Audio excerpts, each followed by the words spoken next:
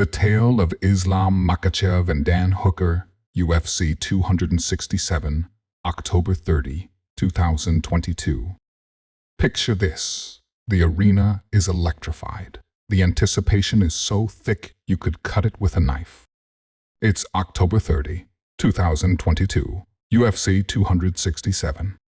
The lights, the cameras, the roar of the crowd all are centered around one man, Islam Makhachev, the rising star of the lightweight division, a prodigy hailing from the same fight camp that molded the legendary Khabib Nurmagomedov.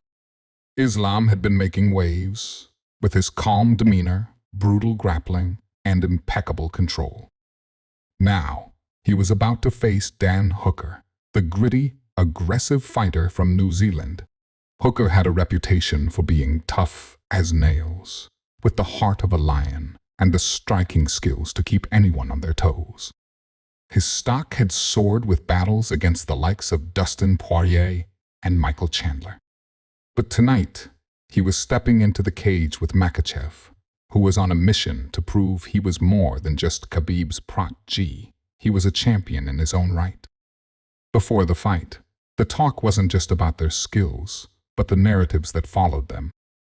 Islam Makhachev, despite his 23-1 record, was still in the shadow of Khabib. Some questioned whether Islam could carry the mantle of the champion, wondering if the talent that Khabib had nurtured would truly shine. On the flip side, Dan Hooker was coming in as a test for Makhachev. Hooker was known for his toughness, but his recent form had been a bit shaky, losing 3 out of his last 5 fights. The moment the bell rang, Islam Makhachev wasted no time. He closed the distance with smooth transitions and a calm, calculated pace. Hooker, aggressive as always, threw his punches, aiming to keep Makhachev at bay. But Islam's superior timing and pressure made sure there was no space to breathe. Then, the inevitable happened. Makhachev brought the fight to the ground. And from there, it was a clinic in control. Hooker, known for his toughness, did his best to fend off the grappling attacks, but Makhachev was too slick, too dominant. It wasn't long before Islam locked in the Kimura, and Dan Hooker, who had faced so much adversity in the octagon before, had no choice but to tap out. A submission victory in the first round. Islam had arrived, and it was as if he had set the tone for his future. The crowd roared, but it wasn't just the win that made it special. It was the way Islam did it, with the same calm, composed demeanor that Khabib had taught him.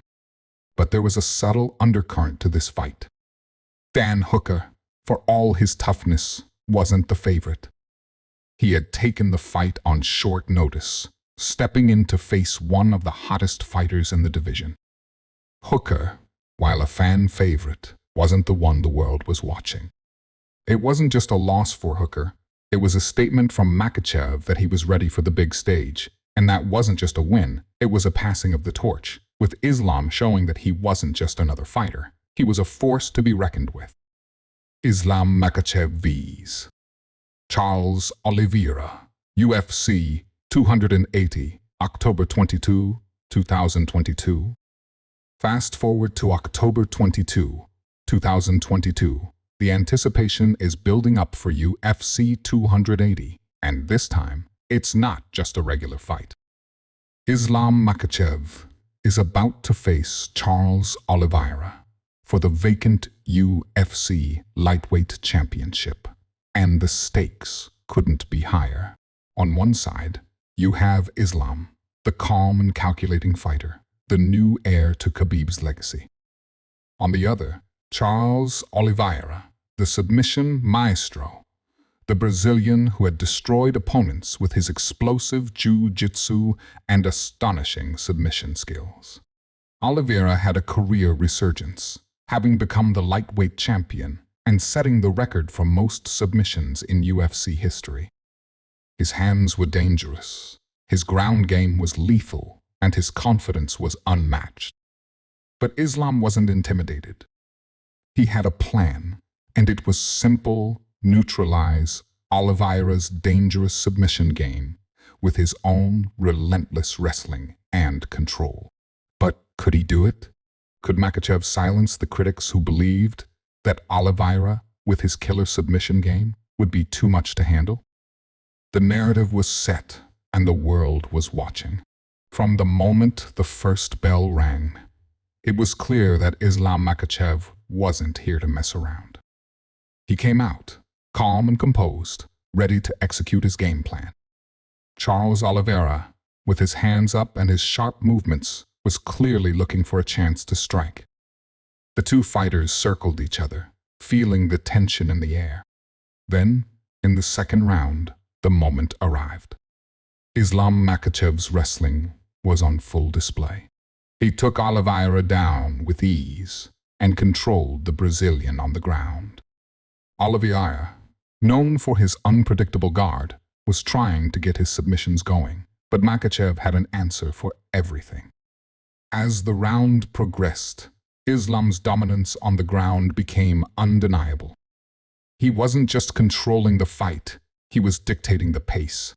Finally, Islam secured Oliveira's back, and once he had that, it was only a matter of time. Makhachev locked in a submission of his own, forcing Oliveira to tap in the second round. Islam Makhachev had not only won the fight, he had done it in the most dominating way possible, without taking risks, without showing fear, just pure technical precision. The victory was massive, and it cemented Islam Makhachev as the new UFC lightweight champion, proving that Khabib's legacy was in safe hands. But the story doesn't end there. The fight itself was filled with controversies and moments that fans would debate for years to come. Before the fight, many questioned if Islam had the ability to dethrone Oliveira, a champion who had proved his toughness time and time again. Critics argued that Islam's striking might not be up to par with Oliveira's, and that Charles could catch him in a submission. But Makhachev silenced those critics in the most dominant way possible. Post-fight, the talk was all about Islam's dominant performance and how he had just dismantled one of the most dangerous fighters in the world.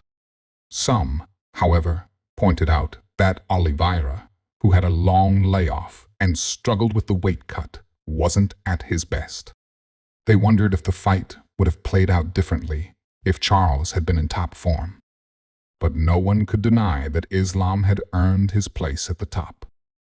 After the fight, Makhachev took a moment to thank Khabib and his team. There was no trash talk, no drama, just the quiet satisfaction of knowing that the title was now his. Islam had done what he set out to do. He proved that the legacy of Khabib Nurmagomedov wasn't just a shadow, but a blueprint for greatness.